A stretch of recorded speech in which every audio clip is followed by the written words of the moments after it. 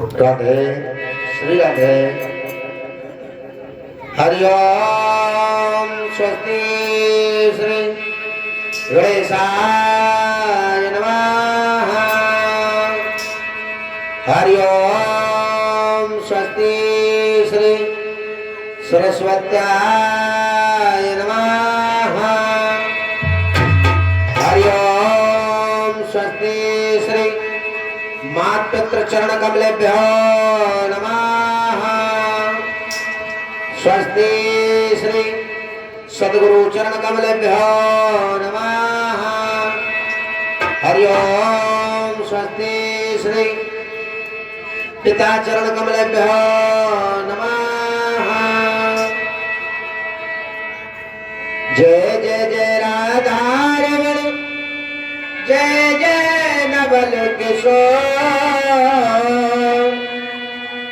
जय गोपी चित चोर प्रभो, जय जय माखन चोर।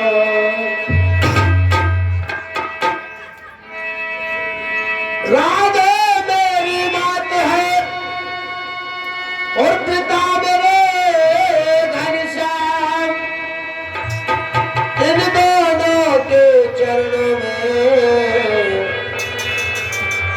मेरा कोटि कोटि प्रणाम।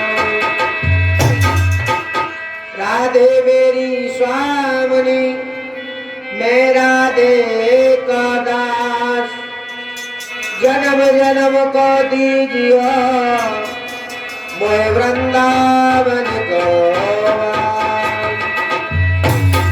आए हो तुम प्रेम से, सब लो हरि को नाम, सब भक्तों को प्रदीप का जय जय राधे श्याम। जय जय सीता। आइएगा आदि शक्ति मेरी माताएं, बुजुर्ग नौजवान साथी, मेरे प्यारे प्यारे बच्चों, सभी को व्यास पीठ से दास प्रदीप शास्त्री की जय श्री राधे, जय श्री नारायण। आइएगा जैसे कि अवगत कराया सभी भक्तों को कि आज कथा जल्दी प्रारंभ होगी। देखिए अपने काम से तो जिंदगी में फुर्सत नहीं मिलने की, आप लाख कोशिश कर लो, कभी जिंदगी में आप अगर फुर्सत में हो जाओ तो तब हमसे कहना, लेकिन टाइम निकालना पड़ता है, भगवान की कथा है। और सभी भक्त आ जाएं, जहां तक मेरी आवाज पहुंच रही हो 8 बजे से पहले पहले कथा विश्राम कर देंगे, क्योंकि आज बड़ी खुशी की बात है, आज माँ भगवती का विशाल जागरण आपके गांव में है और सभी बड़े प्यारे भक्त हैं जो जागरण करा रहे हैं। और उसके बाद जागरण जगराता देखेंगे और 8 बजे से पहले पहले कथा विश्राम हो जाएगी। सभी भक्त आ जाएं। राधे श्याम, जय श्री राम। आइएगा, अपनी मन और वाणी को पवित्र करें, भगवान का संकीर्तन करें। श्रीमन नारायण नारायण हरे हरे, श्रीमन नारायण नारायण हरि हरि। देखिए मैं कल भी कहने वाला था, मेरा हाथ जोड़ करके निवेदन है, जो भक्त माता के ऐसे मानो सर पे बैठे हो, मत बैठा करो। दूसरी बात, पीट करके, बड़ी सुंदर बिछाई है, ये माँ का दरबार है भाई। अगर हम माँ के सर पे बैठेंगे तो फिर कैसे हो जाएगा, जानते हो, समझदार बात में सभी। श्रीमन नारायण नारायण हरे हरे, श्रीमन नारायण नारायण हरि हरि, नारायण नारायण हरे हरे, श्रीमन नारायण नारायण हरि हरि।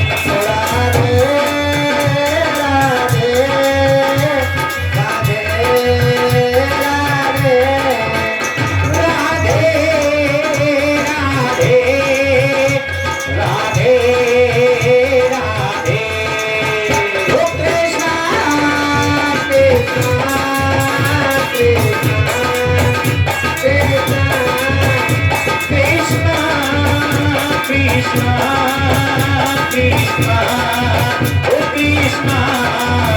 और कैसे ओ मन हो जा मन हो जा दीवाना रे श्याम जी के चरणों में मन हो जा दीवाना रे कान्हा जी के चरणों में।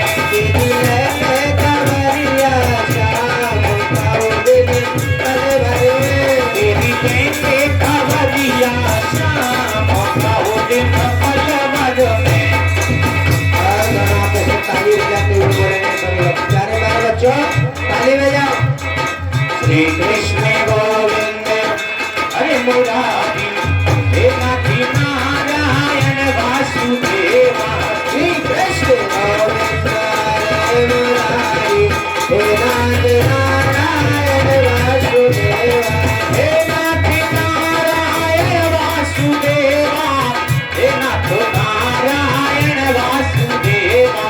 हे नाथ नारायण वासुदेवा। हे नाथ नारायण वासुदेवा। श्री कृष्ण गोविंद हरे मुरारी हे नाथ नारायण वासुदेवा। कृष्ण गोविंद हरे मुरारी हे नाथ नारायण वासुदेव। कथा प्रारंभ हो गई। आओ वीर हनुमान राम लखन सीता सहित हृदय करो विश्राम। सच्चिदानंद रूपाय विश्वोत्पत्त्यादि हेतवे तापत्रयाय विनाशाय श्री कृष्णाय नमः। कृष्णाय वासुदेवाय हरे परमात्मने प्रणत क्लेश नाशाय गोविंदाय नमः।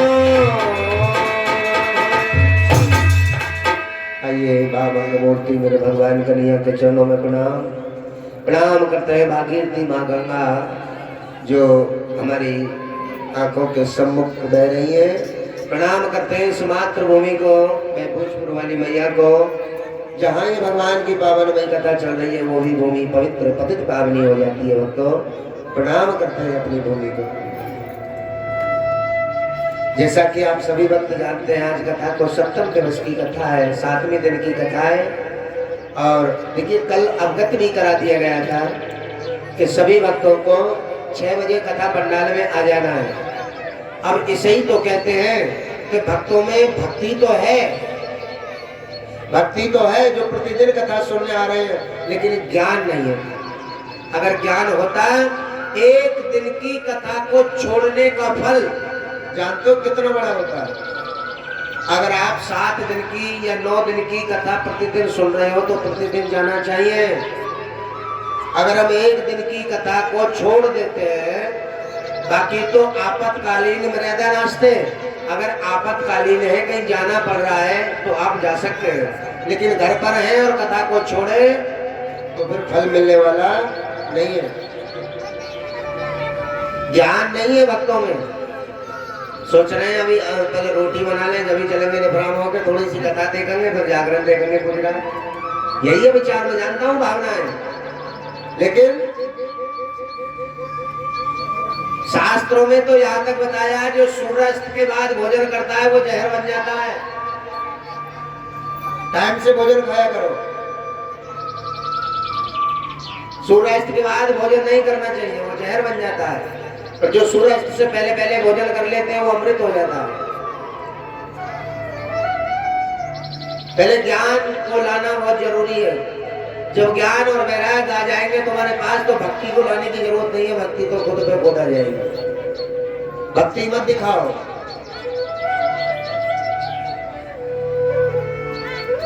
ये भगवान की बड़ी पावनमयी गंगा है, पावनमयी कथा है। देखिए पूजा पाठ करते हैं लेकिन फल नहीं मिलता। कहते हैं महाराज जी भगवान कहाँ है, भगवान तो मिलते ही नहीं। जितना हम पूजा कर रहे हैं इतना ही हमें दुख हो रहा है, फल नहीं मिलता। देखिए आपको भगवान को प्रकट करना है, भगवान को पाना है तो कैसा बनना चाहिए। आता है ध्रुव का नाम, सबने सुना होगा ध्रुव का नाम। बहुत बड़े भक्त हुए भगवान के ध्रुव, जिन्होंने भगवान को प्रकट कर लिया। एक समय की बात, एक उद्यान पात्र नाम के राजा जिनकी दो पत्नी थी, सुनीति और सुरुचि।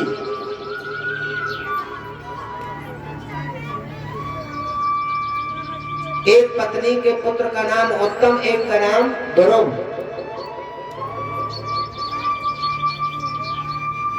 अब उद्यानपाद जो थे, सुनीति को घर में रख लिया, सुरुचि को घर से बाहर निकाल दिया।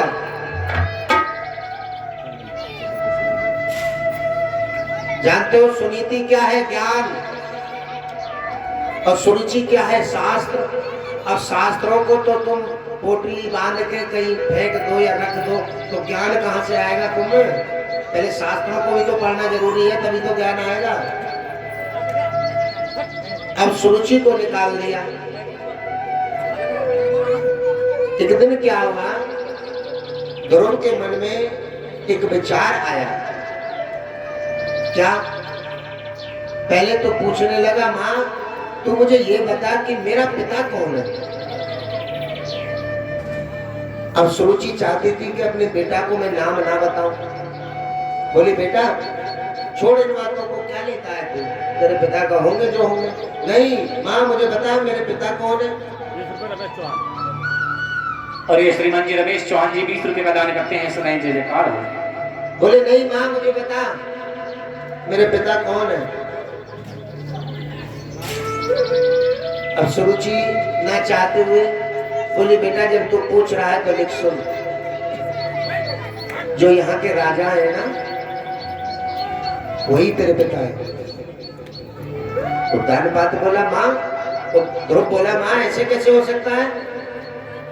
यहाँ के राजा मेरे पिता है। कहाँ बेटा मैं सत्य कह रही हूँ, यहाँ के राजा जो है वही तेरे पिता है। तो ठीक है।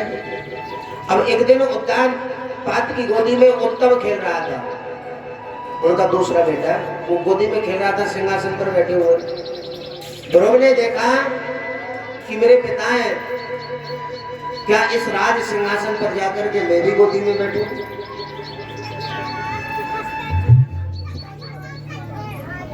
मन में ऐसा विचार प्रकट करके ध्रुव महाराज गए और जाकर के जैसे ही अपने पिता की गोदी में बैठे, उनकी सौतेली माँ जो थी सुनीति,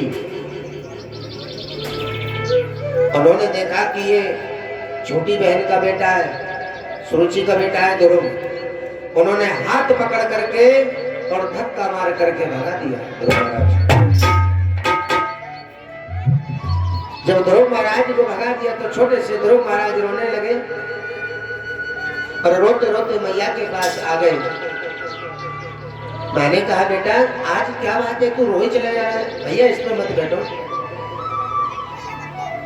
क्यों रो रहा है? वजह क्या है? माँ आज मैं अचानक दरबार की तरफ निकल गया, पिता की गोदी में बैठने का प्रयास किया तो छोटी माँ ने मुझे धक्का मार करके घर से बाहर निकाल दिया। माँ रोने लगा। और आज किस प्रकार से अपनी माँ से ध्रुव भगवान ध्रुव महाराज कह रहे हैं। आइएगा पंडित जी एक भजन के माध्यम से बताएंगे। अरे रो रो कहे ध्रुव महाराज, अरे मैया में मौसी ने मारो। ध्रुव महाराज मैया में मौसी ने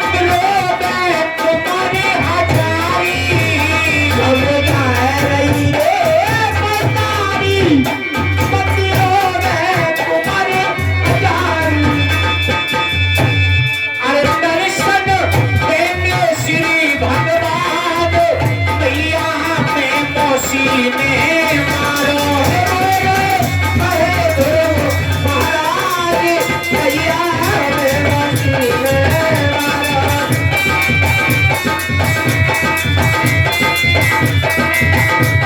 बेमौसी ने मारो। बोलिए ध्रुव महाराज की। जय हो। आज ध्रुव महाराज मैया को समझा रहे हैं। मैया कह रही है लाला तू अभी तो हंस तो खेल तो गए हो, छोटे से थे ध्रुव महाराज, अचानक तू इतना क्यों रो रहा है? ध्रुव महाराज ने सब बात बताई आकर के, मैया तुमने कहा था ना कि यहाँ के राजा तुम्हारे पिता हैं। आज मेरे मन में एक विचार आ गया और मैं पिता की गोदी में बैठने के लिए चला गया।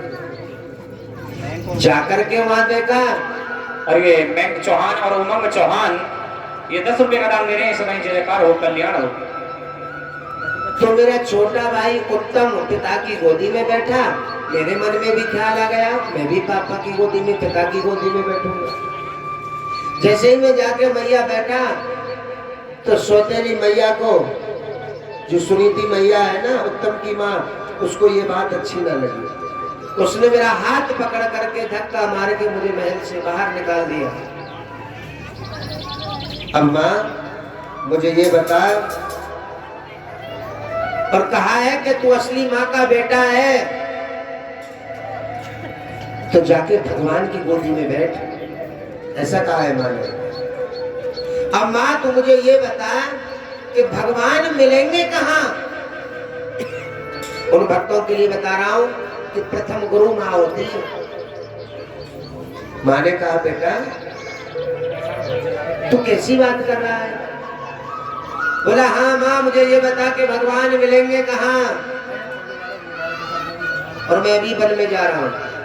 तो मैया ने जवाब दिया बेटा हरि व्यापक सर्वत्र समाना, भगवान तो हरि व्यापक है, सर्वत्र है, सब जगह है, लेकिन देखने के लिए नजरिया होना चाहिए, मन होना चाहिए।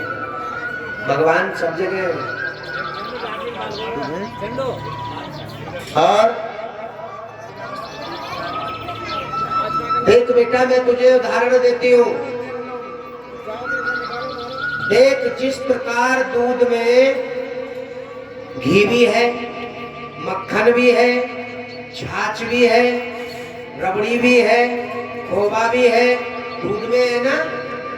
जब तक हम दूध को नहीं मथेंगे, पहले दूध को उबालेंगे, फिर जमाएंगे, फिर मथाई शुरू करेंगे, तो उसमें से घी भी निकलेगा, छाछ भी निकलेगा।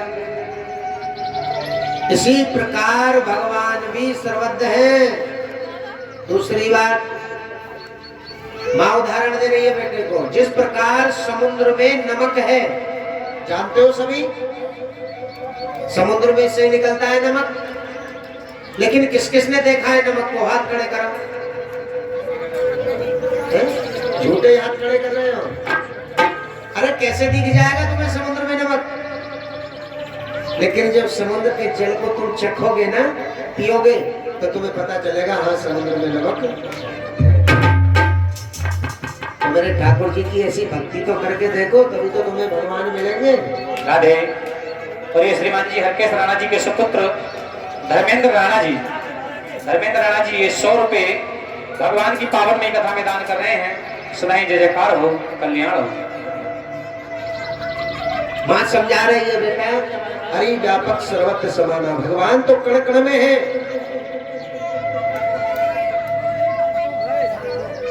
कण कण में बसा प्रभु देख रहा, चाहे पुण्य करो या पाप करो। ये मत सोचना कि यहाँ कोई भगवान जी थोड़ी रखे हैं उल्टा सीधा कर्म करें। भगवान कण कण में है, भगवान तो तुम्हारे हृदय में बैठे हैं। अपने हृदय में झांक करके देखो, भगवान बैठे हैं। आत्मा ही परमात्मा है, लेकिन तुम भूले बैठे हो।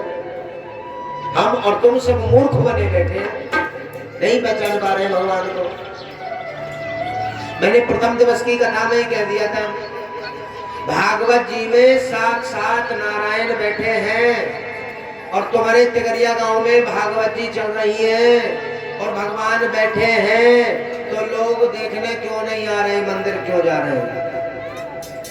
मंदिर चले जाएंगे, हे भगवान, धूप बत्ती लगाएंगे, लोटा चढ़ाएंगे, कल को व्रत रहेंगे, आज भी व्रत रहेंगे। तुमने देखा है भगवान को, देवी जी को, जिसके लिए तुम व्रत रह रहे हो? और जबकि मैं नहीं कह रहा हूं, किसी संत से तुम पूछ लेना, किसी विद्वान से पूछ लेना, 17 प्राणों को छोड़ करके ये 18वां प्राण जो भागवत जी है, इसमें साक्षात नारायण का वास है, भगवान का वास है, भगवान का अभिमान है। अब भक्तों में इतना ज्ञान नहीं। भक्तों से कल कहा था कि सभी आओगे 6 बजे के, हाथ खड़े कर दिए, हम भी आ जाएंगे गुरु जी। कोई बात नहीं, जो चाहत है सो पावत है, और जो सोवत है सो। अब तुमने ध्रुव महाराज की कथा सुनी, सुन भी रहे हो कि भगवान कहाँ है। अब जो अपने घर है उनको थोड़ी पता भगवान कहाँ है। अब वो तो तुमसे पूछेंगे यानी मंदिर चल रही है, तो तुम कहती हो हम तो जा रहे हैं मंदिर, हम तो भागवत जी सुनने जा रहे हैं, वहीं बैठे हैं मेरे नारायण। मंदिर में भगवान नहीं बैठे, भगवान तो तुम्हारे हृदय में बैठे हैं। अगर हम, बेटा यहाँ मत बैठो, अगर हम मन में विश्वास करें कि हम भोले बाबा के मंदिर जा रहे हैं, मन में सोच करके, तो प्यारे भक्तों वहाँ भोले बाबा बैठे हैं। और जो सोच करके जा रहे हैं चलो लोटा चढ़ाएंगे, तो पत्थर की मूर्ति बैठी, कितने लोटा चढ़ाओ भैया, कोई काम करने वाला नहीं। ध्रुव महाराज कहने लगे भैया इसका मतलब कण कण में भगवान है? बोले हाँ। तो माँ मैं यहाँ से जा रहा हूँ और मैं जब तक वापस नहीं आऊंगा तब तक भगवान को प्रकट नहीं करूंगा। भैया बोली लाला तू छोटा सो है तो मत जाए, देखिए मैं किसके सहारे रहूंगी। बोली नहीं भैया मुझे कुछ नहीं होगा, आज ध्रुव महाराज चल दिए। अब इसमें इस कथा में तुम्हें 2 बात मिलेंगी। कौन सी?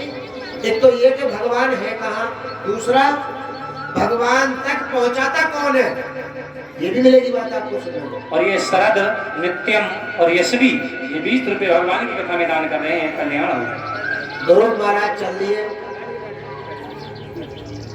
अब जैसे ही गए तो ध्रुव महाराज तपस्या करने लगे। 6 महीने तक ध्रुव महाराज ने खड़े होकर के तपस्या की, लेकिन भगवान प्रकट नहीं हुए। सुन लो, जो भक्त कहते हैं पूजा तो बहुत कर रही हूँ महाराज, कुछ भैया भी कह रहे हैं पूजा तो बहुत कर रहे हैं महाराज, फल नहीं मिल रहा। अब तुम अपने खेत में बीज बोने जाओगे तो महीना 2 महीना 4 महीना 6 महीना का इंतजार करोगे फसल का या नहीं? या आज बीज बो रहे हो कल को जाके फसल काट लोगे? 6 महीने खड़े होकर के तपस्या की थी इस तरह से ध्रुव महाराज ने, फिर भी भगवान नहीं आए।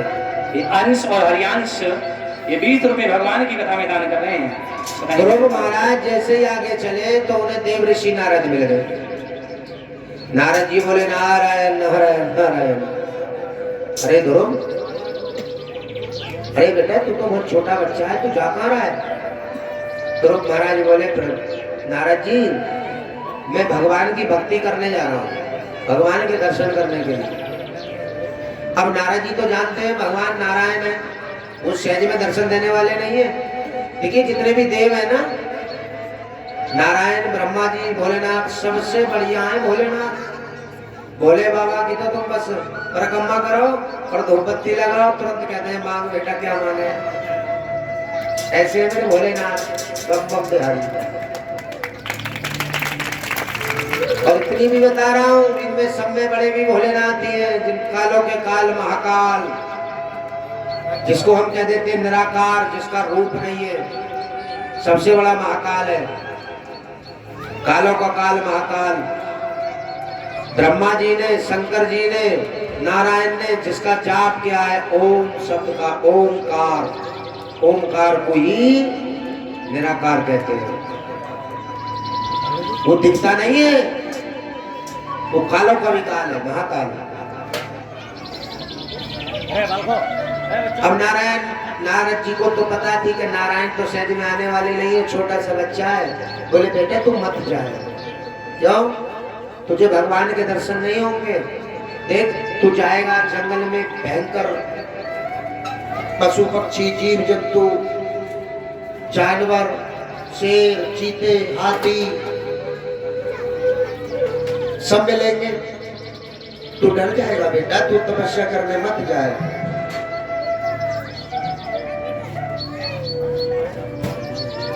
ध्रुव महाराज बोले, महाराज मुझे ज्ञान मत सिखाओ, मुझे ये बताओ कि भगवान मिलेंगे कैसे। अब नारद जी समझ गए जिद्दी बच्चा है, मानेगा नहीं। बोले एक बात बता, तुम्हारा गुरु कौन है? नारद जी ने कहा, अब ध्यान से सुन लो, बिना गुरु के तुम्हें भगवान मिलने वाले नहीं है, कितनी भी पूजा कर लेना। ये बता तेरे गुरु कौन है? बोले महाराज मेरे गुरु कोई नहीं है, मेरे तो माँ ने ही बताया है बस। बोले माँ तो प्रथम गुरु होती है, माँ प्रथम गुरु होती है, लेकिन भगवान से मिलाने वाले दूसरे गुरु होते हैं। ध्रुव बोले महाराज तुम ही हमारे गुरु बन जाओ। नारद जी बोले ठीक है, मैं तुझे एक मंत्र देता हूँ, इस मंत्र का उच्चारण करना, तू जाकर के जहां भी तपस्या करे जा, मैं विश्वास के साथ कहता हूँ कि नारायण तुझे मिल जाएंगे। गुरु जी का एक गुरु मंत्र होता है दिया हुआ, कान में जो फूकते हैं गुरु मंत्र। और कभी भी अपना गुरु मंत्र किसी को बताना मत। कोई पूछने लग जाए तुम किस गुरु के चेला हो, कहने लग जाओ जी गुरु जी जो आए कथा करने, शास्त्री जी उनके चेला हैं। गुरु मंत्र दिया क्या? हाँ सुनिए गुरु मंत्र। अगर तुमने गुरु मंत्र सुना दिया तो गुरु की भी इज्जत खराब और शिष्य पे जितना है वो भी सब खराब। क्यों? ज्ञानी आदमी जानता है गुरु मंत्र सुना ही नहीं सकता। जो ज्ञानी एक व्यक्ति होगा वो कभी गुरु मंत्र का उच्चारण नहीं करता है। साफ साफ बोल दो, क्यों सुनाऊं तुझे गुरु मंत्र? तूने मुझे ज्ञान दिया है क्या जो गुरु मंत्र सुनाऊं? गुरु मंत्र कभी नहीं सुनाना चाहिए। अब कान में गुरु मंत्र दिया नारद जी ने, तुझे रटना है ओम नमो भगवते वासुदेवाय और नारायण को प्रकट करना है, तो यही काम किया करो। देखिए 3-4 राशि ऐसी चल रही है, तुला राशि, मेष राशि, सिंह राशि, कर्क राशि, इन पर शनि के 7.5 ही चल रहे हैं। मैं प्रतिदिन बताता हूँ, वो भक्त पीपल पर एक कलावा लपेट करके 7 परिक्रमा करें पीपल की और मंत्र बोले ओम नमो भगवते वासुदेवाय नमः, 7 बार मंत्र बोले। ऐसा करने से शनि के 7.5 ढैया का प्रभाव कम हो जाता है। अब नारद जी गुरु मंत्र कान में दे करके चले गए और ध्रुव महाराज चले।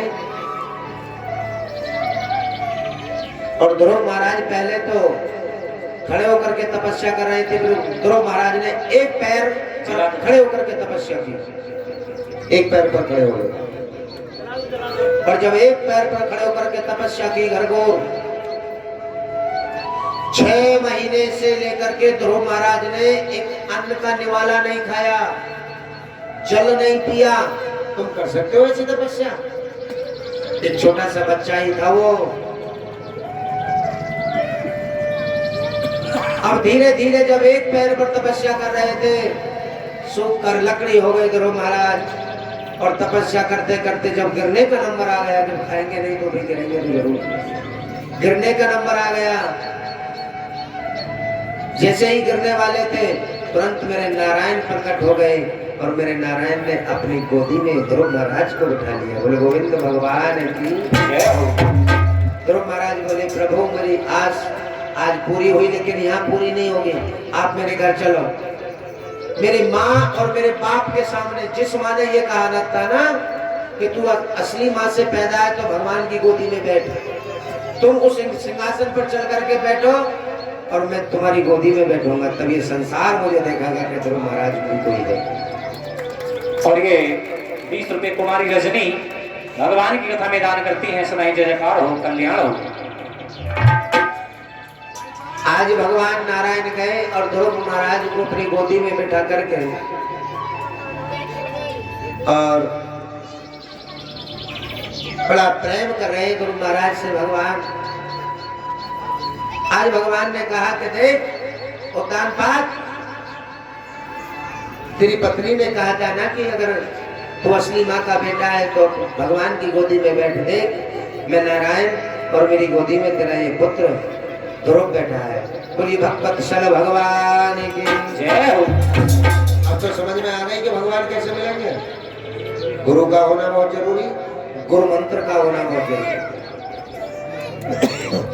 जब तक तुम्हें गुरु मंत्र तुम्हारे पास नहीं है तब तक तुम्हारे पास कुछ नहीं है। गुरु मंत्र का होना भी बहुत जरूरी है। बोले हरि भगवान की जय हो।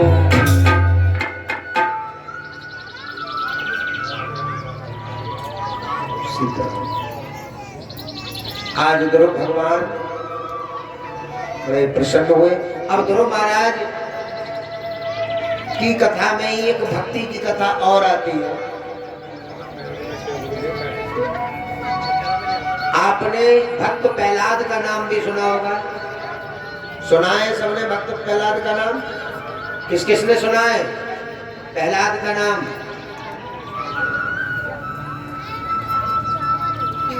उसके पिता राक्षस थे हिरण्यकश्यप, और हिरण्यकश्यप ये चाहता था कि मेरे राज में केवल मेरा नाम चले, यहाँ किसी भगवान का नाम ना लिया जाए, किसी का गुणगान ना किया जाए, केवल नाम चले तो मेरा चले। उसने कितनी बार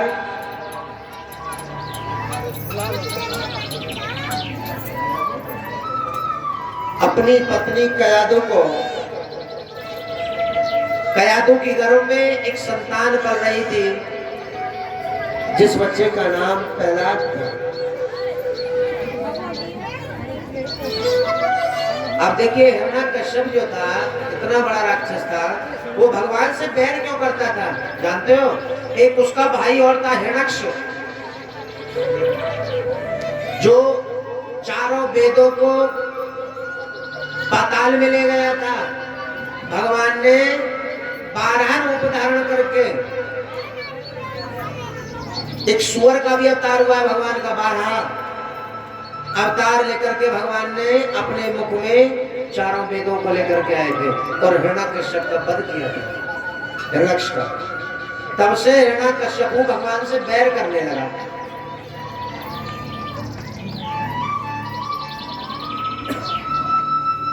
अपनी पत्नी कयादू को घर से बाहर निकाल दिया।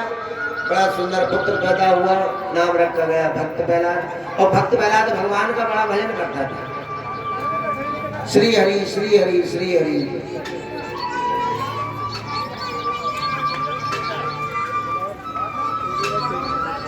भक्त प्रहलाद बड़ी पूजा करता था भगवान की।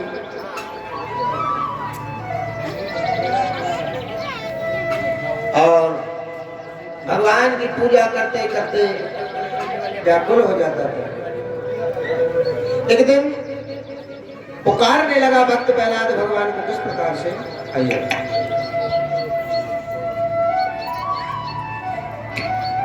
भक्त प्रहलाद कह रहे हैं,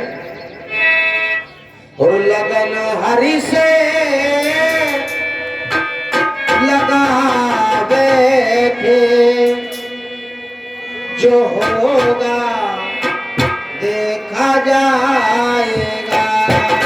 लगन हरि से लगा बैठे, जो होगा देखा जाएगा।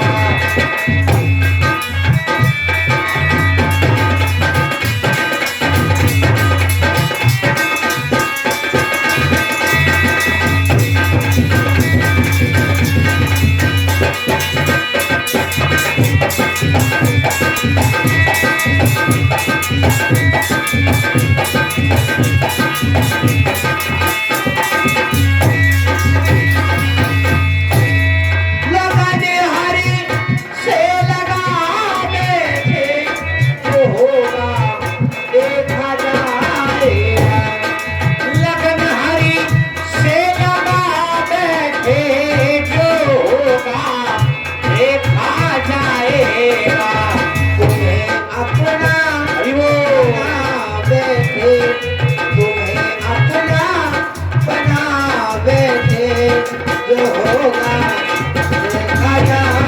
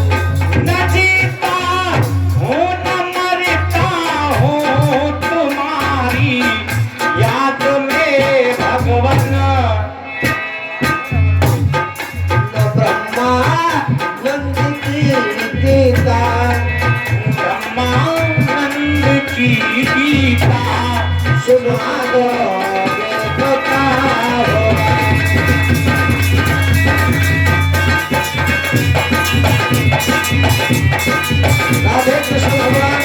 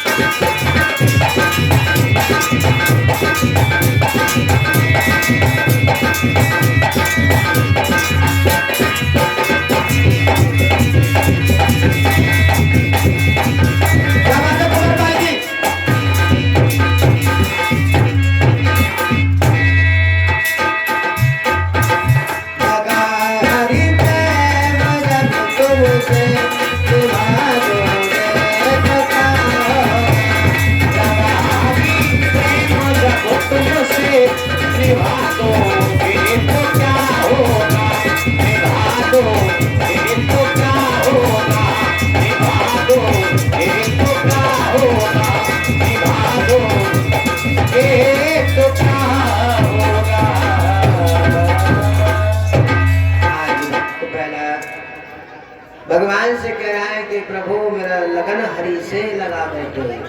अपने पिता से कह रहा है मैं तो लगन हरि से लगा बैठा हूँ। अब तो जो होगा सो देखा जाएगा। जब आप भी लगन हरि से लगा लोगे ना तो फिर तुम कुछ होने वाला नहीं है। जो कृपा करेंगे मेरे ठाकुर जी करेंगे। उधर जो भक्त प्रहलाद के पिता थे कौन? हिरण्याकश्यप। अब हिरण्याकश्यप ब्रह्मा जी से तपस्या करके वरदान ले चुका था।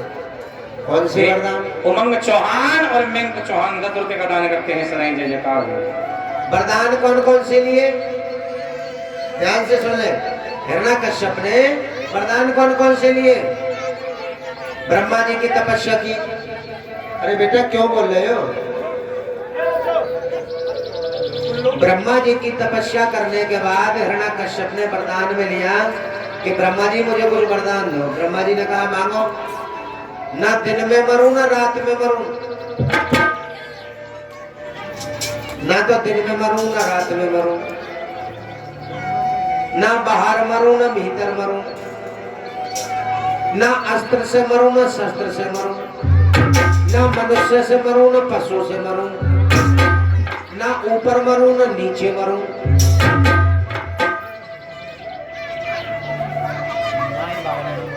ना इन 12 महीनों में मरूं। अब बताओ कैसे मारो? सबरे तो वरदान ले लिए। ना नीचे मरूं ना ऊपर मरूं ना बाहर मरूं ना भीतर मरूं ना दिन में मरूं ना रात में मरूं ना शस्त्र से मरूं ना अस्त्र से मरूं ना पशु से मरूं ना मनुष्य से मरूं ना 12 महीनों में मरूं। तो भैया हमारे बाबा हिरण्यकश्यप, लेकिन उसका संहार करने के लिए भी मेरे नारायण ने अवतार लिया है। अब भक्त प्रहलाद जब भक्ति करता था तो हिरण्यकश्यप को बड़ा बुरा लगता था। हिरण्यकश्यपों ने एक बार कहा कि भाई पहरेदारों से कि एक भट्टी पर कढ़ा रखो, बहुत बड़ा कढ़ा, और उसमें तेल गरम करो, उबलता हुआ तेल उबल रहा था। और हिरण्यकश्यप ने कहा इस प्रहलाद को उठाओ और इस कढ़ा में डाल लो, ये भुन जाएगा मर जाएगा, हरि का नाम लेना बंद कर दो।